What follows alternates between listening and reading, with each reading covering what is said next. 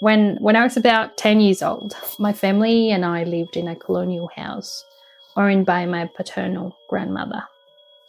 My family moved to the country away from the busy life of the capital city and found refuge in the quiet and beautiful Midlands. My stories take place in the late 90s in a small town called Chatalar in the heart of Colombia's rural areas. And most of these experiences took place in one particular house. This house was, I would say, about 250 years old and had seen absolutely everything.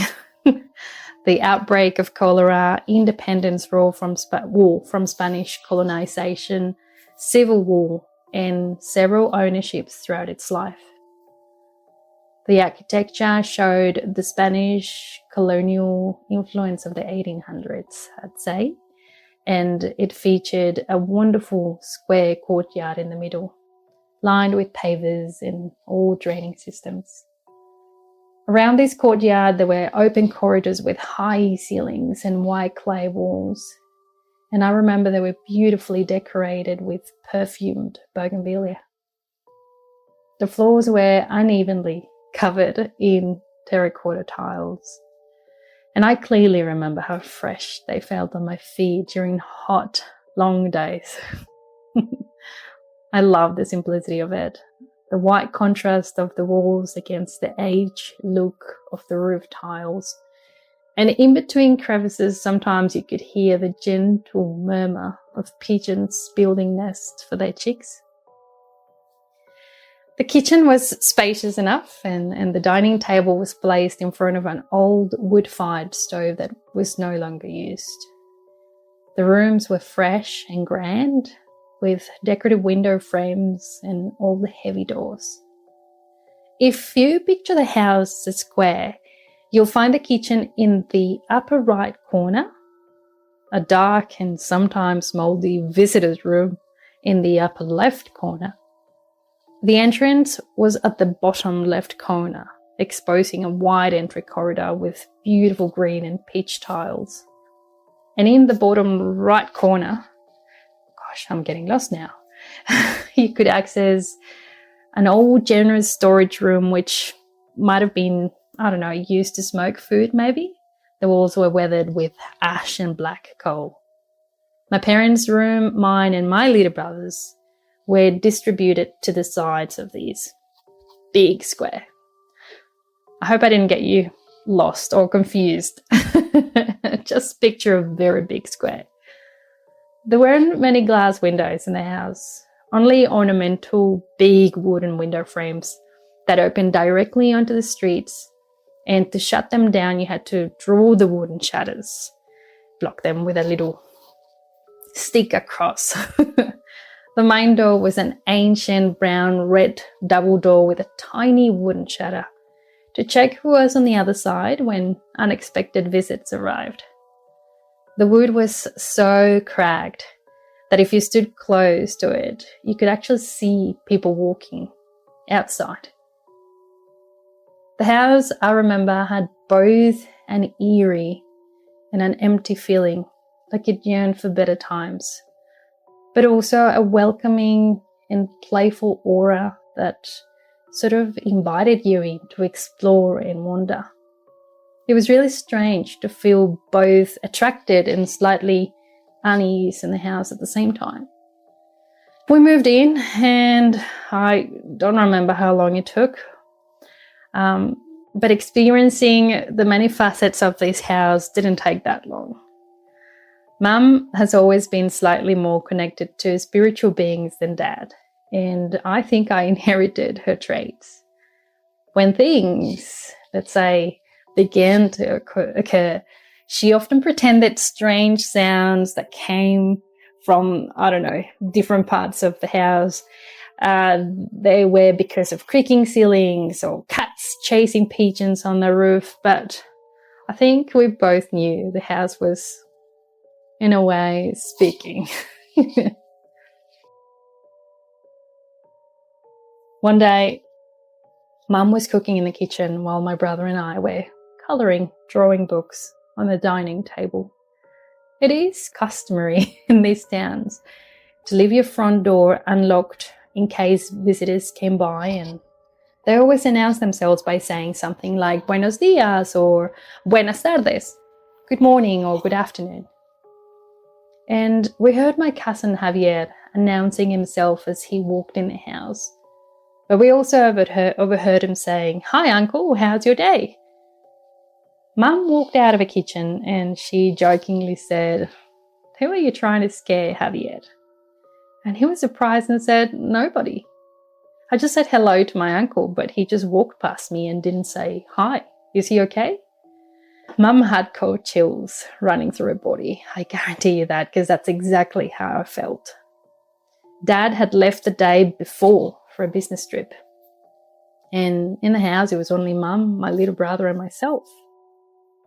Javier quickly explained that a man had just walked out of a storage room across the courtyard and into the visitor's room. And Mum was paralyzed. Javier quickly rushed to the room to make sure a thief wasn't hiding in there, but as he entered the room, he discovered that there was no one there.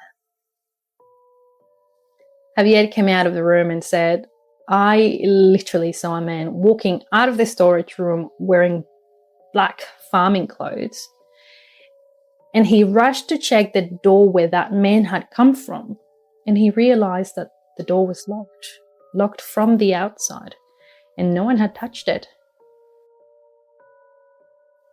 He suddenly was really unwell and had to sit down to take it all in. Mum was really worried at the time. We realized there was something living with us in that house.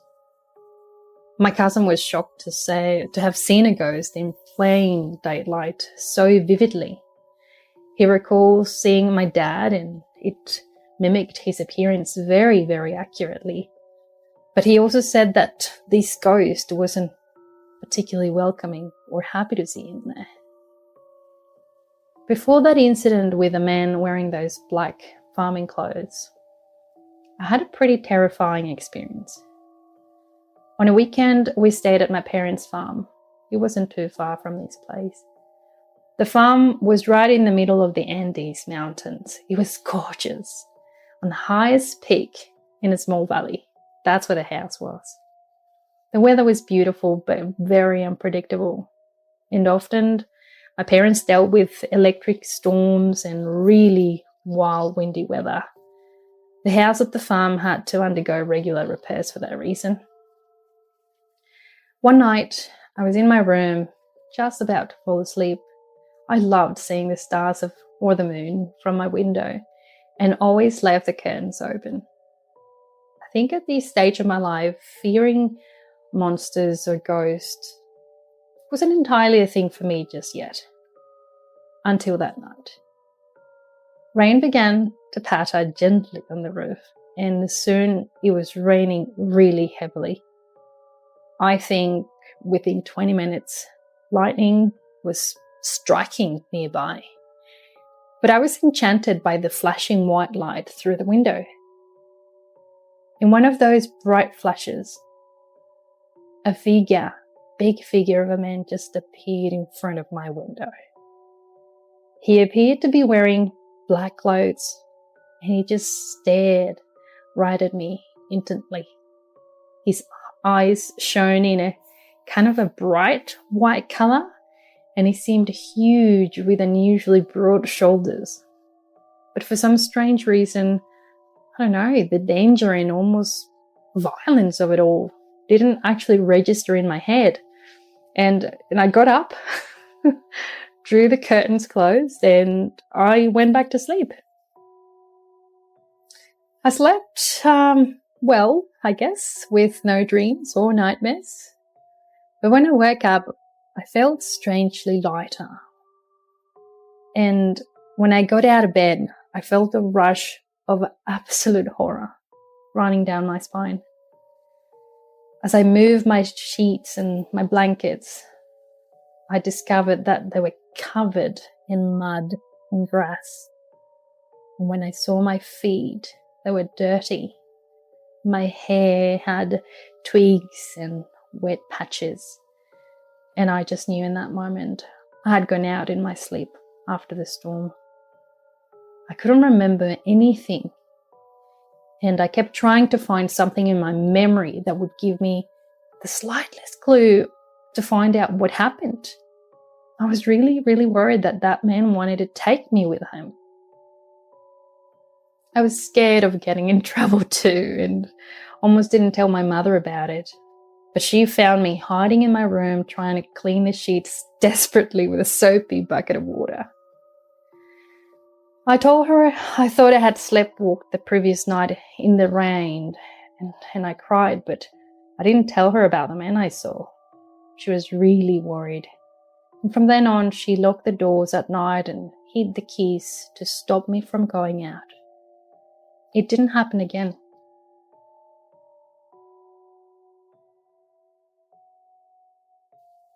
So back to that story, when my cousin saw that man wearing those black clothes, I decided to tell my mum about the man I saw at the farm. And she was desperate to reach out to someone. There was actually a white witch in town, and also a local spiritual group. And they offered to help us to understand if there was a spirit or a demon. And I guess they were trying to get it out of the house. But before they could try to get rid of him, he came back. This time it happened in this colonial house I described earlier. The pattern was repeating itself, and it was again another rainy night.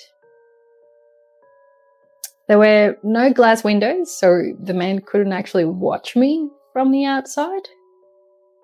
My bed was right next to the door. And the door itself, oh gosh, it was so old. The lock had somehow rusted away. So I used one of those heavy metal blocks to hold the door shut. It was really rudimental. The storm and lightning started. And surprisingly, I was just falling asleep amongst the noise and gradually closed my eyes. I felt heavy and warm under my covers. But suddenly I started to feel a gentle breeze and tiny raindrop splashes falling on my forehead. And when I opened my eyes, that man was right there, almost above me. I could see his arms stretched out, holding the door half open, and his head was sort of looking down at me. His eyes shone again in the darkness, just like the last time, and I was just perplexed. Astonishingly, I did not feel anything. I felt numb. I had no fear. I remember getting slightly annoyed, actually, at being disrupted from my sleep.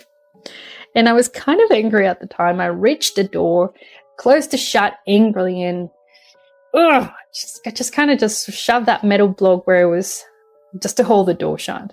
I went back to sleep and I was just like, God damn it, what was that? But I just fell asleep straight away. The next morning when I woke up, I remember the whole thing, and that's when my fear really crept up.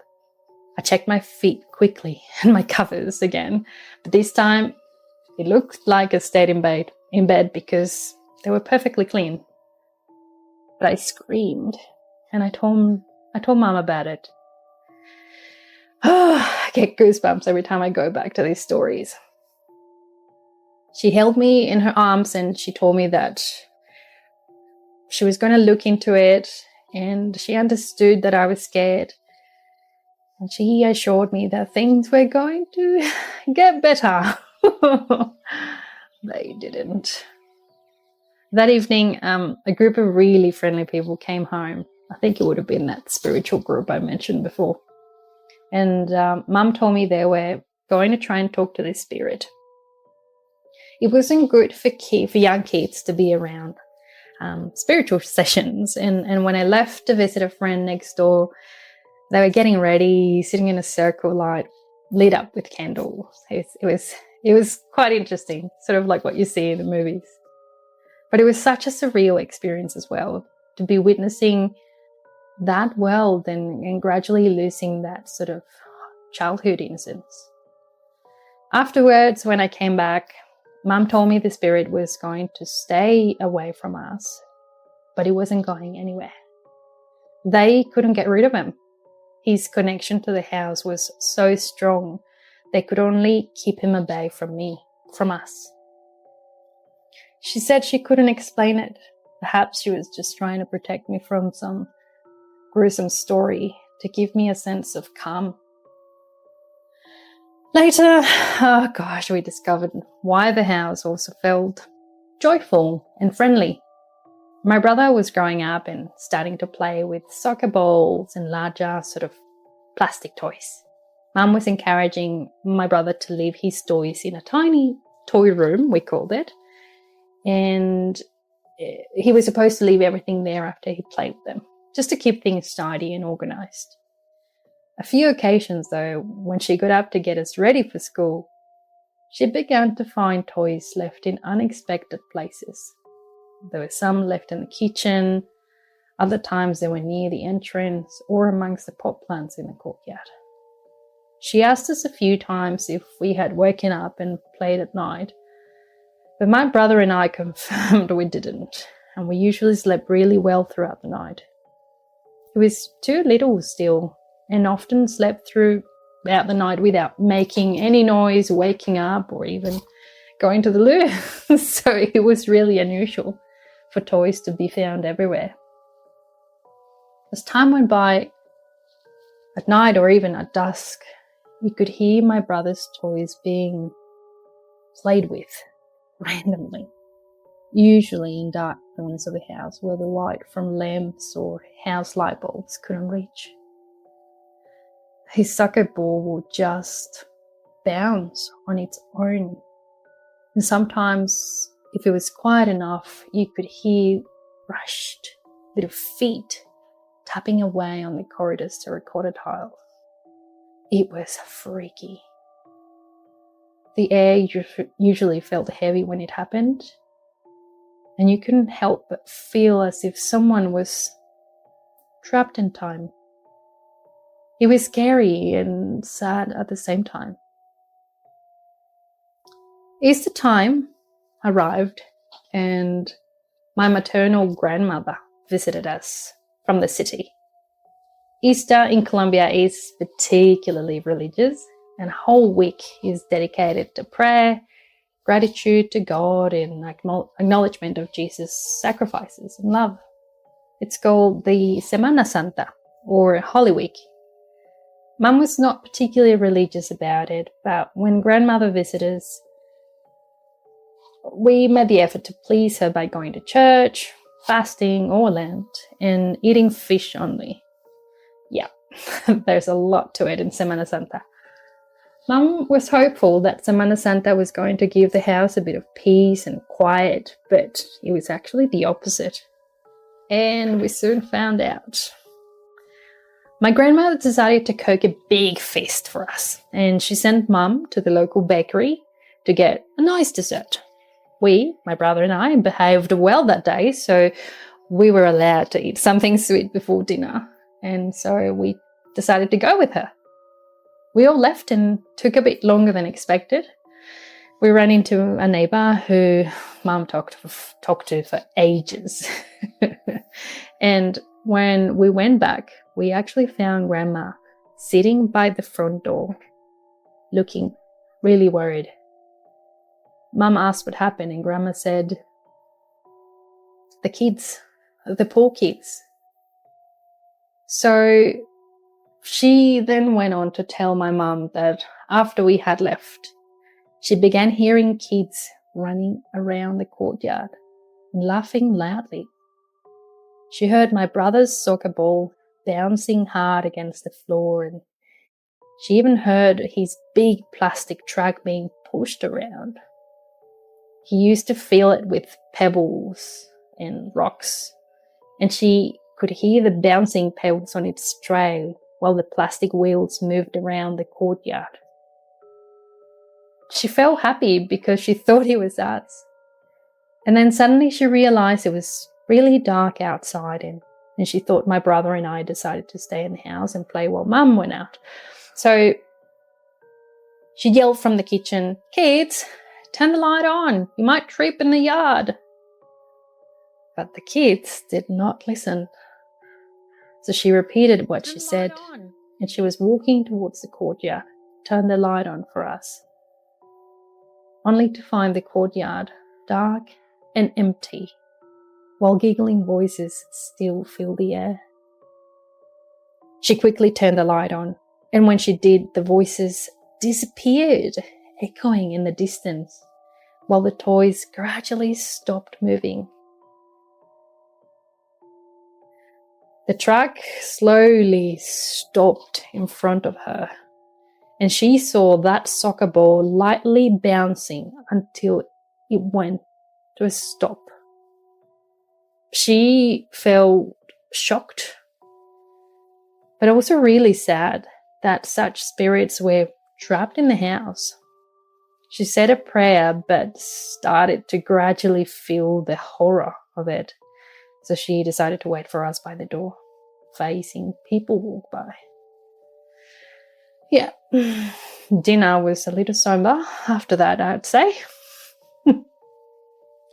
A couple of months later, other things began to happen. So modern computers and other systems were being brought to town. And while we lived in a beautiful and sometimes relaxing location, we often felt isolated from technology. There was no internet in the house or even a landline. So my mum, wanting to learn more about technology, she enrolled herself in a night course at the local library. And sometimes I got to come with her and played games in other computers. One night, my mum put my little brother to sleep. He was still little and, like I said, slept literally like a baby all throughout the night. She put him to bed, and after he was asleep, we went together to the library for her class. When we were on our way home, my mum's friend was walking by and was headed towards the main park. He looked confused when he saw us, and he came to us. He said, "You two are so cheeky. I could hear you behind the door, you know." Mum was like, "What?" She was so confused, and she said, "What do you mean?"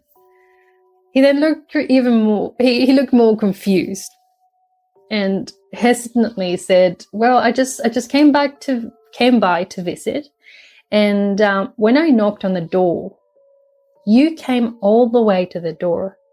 He was pointing at Mum.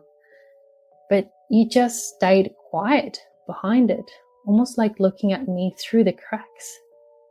Mum's face dropped and she said, "I am so sorry, but we were not home. We just got here." So we rushed back to the house, and after quickly checking to see if my brother was okay and confirming he was still soundly asleep, Mum invited her friend in for a cup of tea. He then explained in detail what happened. When he knocked on the door, he could hear someone coming towards the entrance, dragging their feet on the tiles, almost like dragging old slippers, that sh sound. And he heard someone getting closer and closer to the door, but instead of being greeted by someone, he just overheard a faint female voice mumbling prayers. He said these female voices stayed for a couple of seconds in front of the door, and he could feel her watching him through the cracks. She then slowly retreated back to where she came from. Oh gosh, dragging her feet like an old lady. That sound just going away. Mum usually asks people what they felt when they encounter things at our house. And he said he didn't feel particularly threatened, but rather watched. And she said, well, at least she can look after the house while we're out and about. I think jokes became our way of coping with the paranormal activity in this house. Her friend was quite intrigued actually, and he tracked some old residents in town to inquire about the house and to see if they knew who owned it in the past, just to make sense of who this old lady was. He found that an old couple had died in the house when the cholera virus broke in town.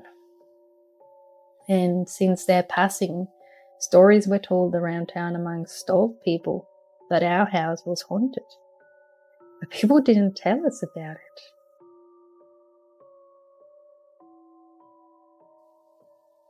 Our second Easter was just around the corner, and Mum was worried about how the spirits living in the house would behave. Dad was, for most of my childhood, away for work, and we dealt with the house and the spirits pretty much all by ourselves. Things unfortunately never improved for us. On another occasion, Mum was doing some grocery shopping and she was taking longer than usual. Sunset became a very active hour around the house and the hours that followed. I like to have the TV on, having that chatter on the background. It always filled the house and it was loud enough to mask away any strange sound. My brother was starting to pick up on the weird vibes of the house and he also preferred the lights and the TV on. We felt comforted in each other's presence, but chose not to talk about the house. I liked being with him and I was actually afraid he'd see something and get really scared. It was around 7 p.m. and we were playing near Mum's room, which was closest to the entrance. And suddenly every light in the house was turned off and it all went dead quiet. Oh gosh, I checked quickly if it was our house or the entire street. The street lights went off too, which we could usually see, or at least they glow from the courtyard. And I was relieved at least to know that it was a power outage. But the darkness immediately opened the door for things to get really weird. It didn't take long for noises to appear. I tried to grab a light from the kitchen. I was scared I had to go across the courtyard in the dark, but before I reached the entrance of the kitchen, I could hear the chairs of our dining table being dragged across the floor, and it was violently. I just froze. I also began to hear the metal, empty sounds of pots and lids being moved. I started to walk back to my brother and things got louder and louder. I remember just panicking. My brother started crying, so I grabbed his hand and rushed to the door. I sat him on the footpath outside with his favorite toy. We all just sat on that footpath. Goodness me. And we waited outside and watched people lighting up candles by the doors. The sound of cars and bicycles passing by was just so reassuring. It was the only normal thing. I left the door open because I didn't want to lock myself out. But the eerie thing was that those sounds, those metal sounds, continued to come from the kitchen. And it was as if someone was just frantically cooking in the darkness. Mum arrived and she knew something had happened for us to sit outside. And minutes later, the lights came back. And the noises simply disappeared. So around the Easter time, things got more physical. The week before our second Easter, my mum had a friend staying over. She was part of that spiritual group I told you at the beginning, and she was interested in connecting with the spirits. So it was like a perfect work field for her in our home.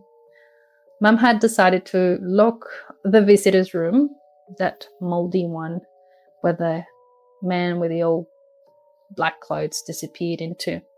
And so she decided to offer her friend her own bedroom while Mum slept in mine with me. The next morning, Mum's friend was unusually quiet. And she shared over breakfast that in the middle of the night, someone had actually come into the room. She felt as she was living someone's dream, but going in and out of reality. She said the person got in the room and ready themselves to go to bed, hearing the sounds of clothes being removed and folded away. She knew it was her mum because she felt a heavy, almost male presence. She felt how the person gently lied on the other side of the bed with her. It was the weight of an adult, and the presence was definitely a male one. And then she couldn't move. She froze. Fear actually paralyzed her, and she just stayed there, wide awake, without making any move or noise. She felt movement on the mattress, and then sometime later she felt the presence get up. Out of the corner of her eye, she saw the door opening on its own and shut again. She thought the male presence in the house was, in a way, warning her and showing that it was his house, his room, his bed. So she never stayed at our place ever again.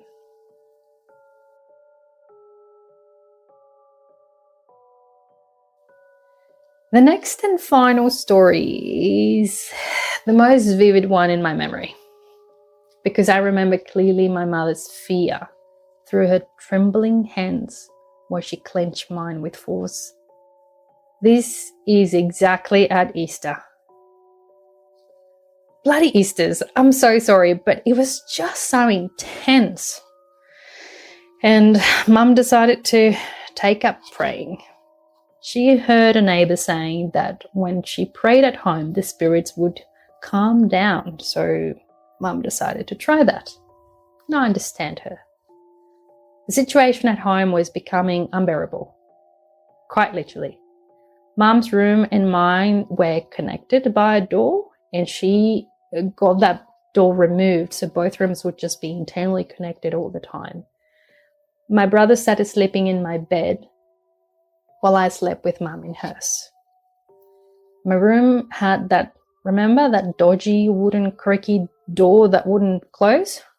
Well, she had it changed by then, and she got a closing system installed just after that incident with the staring man. Her bedroom door led to the main corridor near the entrance. It was a beautiful great wooden door, double door, that opened in both directions. To lock these doors, there was a little silver latch to connect both doors together. And even when it was locked, you could gently push or pull the doors without the latch coming off. It had its own little shutter that you could open sometimes to display or air the room without having to open the doors entirely. And during hot nights, you could just leave the shutter open to let the fresh air in. But that particular night, Mum closed all doors and all shutters before bed, and we were getting ready to sleep. As we hopped in bed, Mum said we were going to say a prayer, and I could feel she was not herself. She was really, really nervous. She was making me so nervous. I think she must have seen something in the kitchen or in the courtyard. So she brought that fear in the room. It felt so heavy. It was really quiet, and Mum was whispering gentle prayers. And then the room felt oddly still, and there weren't sounds coming from the street. It was just so quiet. Something didn't feel right at all. As she prayed, we started hearing giggles and childish voices outside the room in the corridor. They were loud and clear, like never before. Those children playing with my brother's toys, they were there now. They were just making noise and laughing and chanting. I turned anxiously to Mum, who then grabbed my hands and asked me to continue praying. And I did, but somehow the voices were getting louder and louder. We heard them singing songs and playing with their hands like my brother and I often did. And tension just kept growing. And then we began to hear the old lady praying too, and you could hear her bloody slippers as well. It was just too much. Loud outside. But Mum kept on, and it wasn't working. I just wanted her to stop. And suddenly, when we thought everything was outside, we heard adult heavy steps running from the courtyard towards the corridor and into our door. And a loud creaking male voice screamed,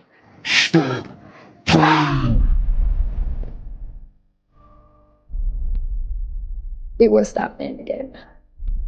He then violently kicked the doors with such force that they moved forwards and backwards. And the only thing keeping them together was that small silver latch. God bless that piece of silver thing.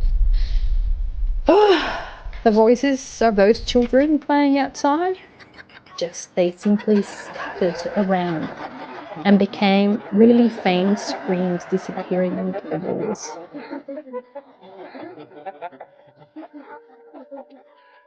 It was the most terrifying experience of my entire life. Every other thing had come together to lure outside the door. Attracted to what?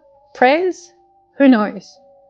My only thought was just thank God for the strength of that little door latch. We would have seen these angry men staring and heaving at us. Mum eventually stopped praying, and he gradually walked away towards the courtyard and potentially into the locked visitor's room. That old, moldy, scary room. I had nightmares about it sometimes. I could feel Mum's absolute horror. And quietly she hugged me and told me everything was going to be fine. She turned the light on to check on my brother, but surprisingly the noise didn't reach him. Or perhaps he never heard it. Who knows? Mum called a friend to come and stay with us, and they both stayed up all night, just talking. After that awful incident, Mum went on to find out what happened in our house and if children had lived there.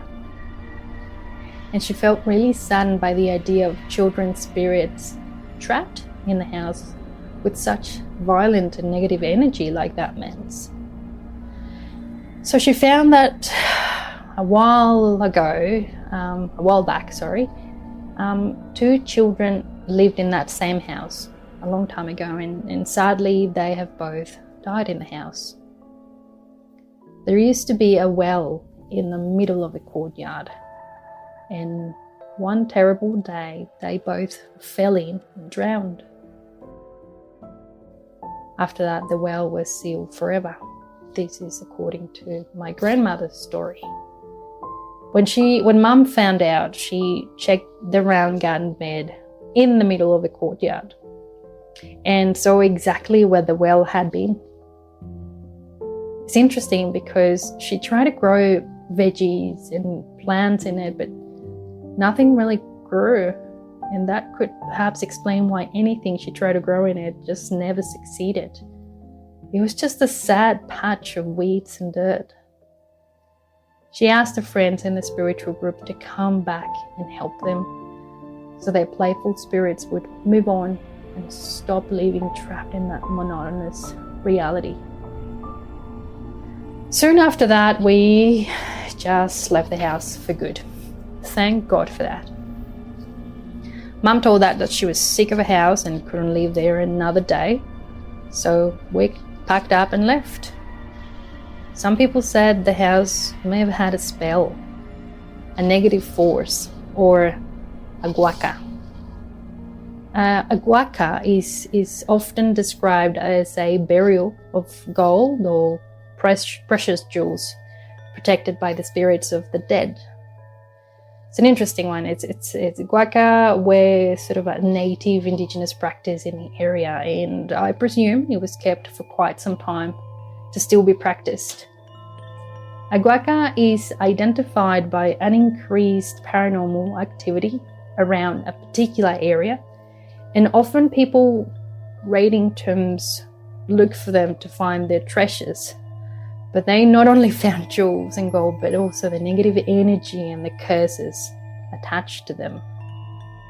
There are stories about people going crazy and sadly ending their lives to escape the horrors of being haunted by these attached negative spirits.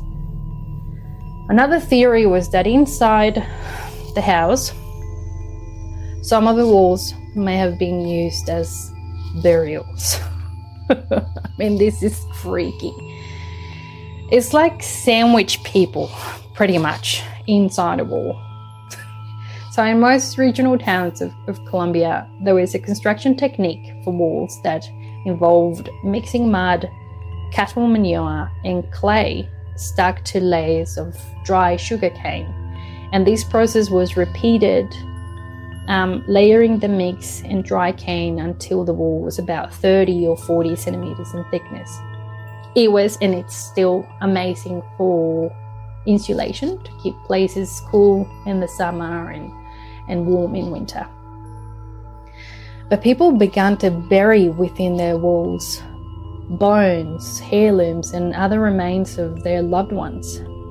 They hid in their walls protective spells with the intention to keep thieves and ill-intentioned people away. This way, the spirits of the day would then protect the house from anyone, causing fear and sometimes physical harm to those strange to the house or the owners.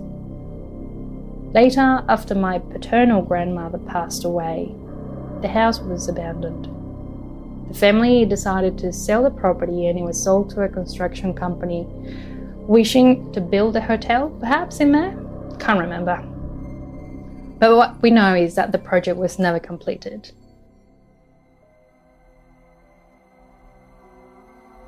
"20 years later, I returned to that town with my husband, who's heard these stories several times and hates them. And we went to see what remained of that old property, but unfortunately, it was an abandoned construction site. My auntie, she moved there some years after my grandmother passed to remember her mother, and she told us that during construction, the workers found both aguaca with old gold coins buried in the ground beneath the kitchen, and also human remains and burials on some of the walls. So the theories were correct, and these finally explained 2 years of misery and fear. It was just like solving the final piece of a puzzle. So apparently the gold coins were so valuable that it was estimated to be around $5 million American dollars. Suspiciously low. After the treasure was found, the construction was completely halted, and it was said that the company had gone bankrupt. I don't know. Who knows what happened to those people? I would have hated to inherit such, I don't know, haunted piece of gold, coins and things. This, I think, is probably one of the most paranormal periods of my entire life. And since then, I have seen and have experienced other sort of paranormal experiences. Gosh, I'm being redundant here. But this was really scary and unknown, and it gave me a different outlook on life and the afterlife.